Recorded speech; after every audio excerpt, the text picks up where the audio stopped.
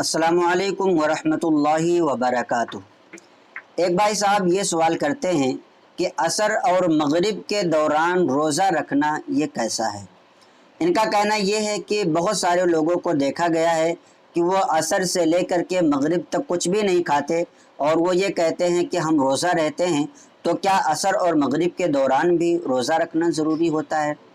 تو بہت سارے لوگوں کے ذہنوں میں اس طرح کا سوال رہتا ہے۔ آج اس کی وضاحت میں آپ کے سامنے کروں گا۔ آپ یاد رکھیں کہ روزہ جو ہے یہ صبح صادق سے لے کر کے غروب آفتاب تک کھانے پینے اور اپنی بیوی سے جمع کرنے سے رکے رہنے کا نام روزہ ہے۔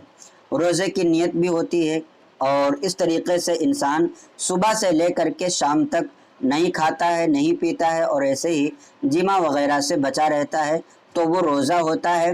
1 گھنٹے کا، 2 گھنٹے کا، 3 گھنٹے کا کوئی بھی روزہ شرعی طور پر، فقہی طور پر احادیث و قرآن میں موجود نہیں ہے۔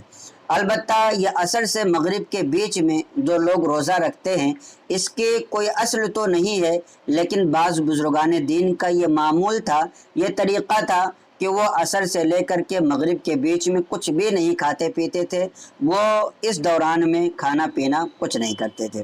تو اگر کوئی ان بزرگوں کے نقش قدم پر چلتے ہوئے اپنے نفسانی خواہشات کو روکتے ہوئے اتنے دیر تک کھانے پینے سے رکا رہے، تو ایسی صورت میں اس کو ثواب ملے گا، نفسانی خواہشات کو پورا نہ کرنے کا ثواب ملے گا۔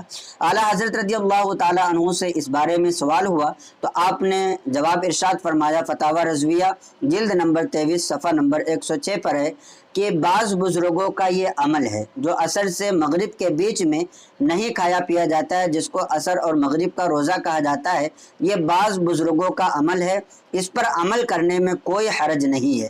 کیوں؟ اس لیے کہ انسان جتنی دیر شہوات نفسی سے بچا رہے یہ اس کے لیے بہتر ہے۔ تو کوئی ضروری نہیں ہے کہ عصر سے مغرب کے بیچ کھایا نہ جائے۔ بہت ساری عورتوں سے میں نے یہ بھی سنا ہے کہ اگر عصر سے مغرب کے بیچ میں ہم کھاتے ہیں اور ہمارے کسی چھوٹے بچے کا انتقال ہو گیا ہے تو اس کو قبر میں کھانا نہیں دیا جائے گا یا اس کو قبر میں عذاب وغیرہ ہوگا۔ یہ اس طرح کی کوئی بھی بات نہیں ہے۔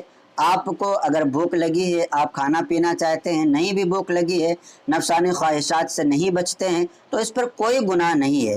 آپ کھانا کھا سکتے ہیں، پانی پی سکتے ہیں، آپ کے بچوں کو اس پر کوئی تکلیف نہیں دی جانے والی ہے، اور اگر کوئی بچ سکتا ہے بزرگوں کے عمل کی وجہ سے تو بچے، اس پر اس کو ثواب بھی ملے گا اور یہ بہتر بھی ہے۔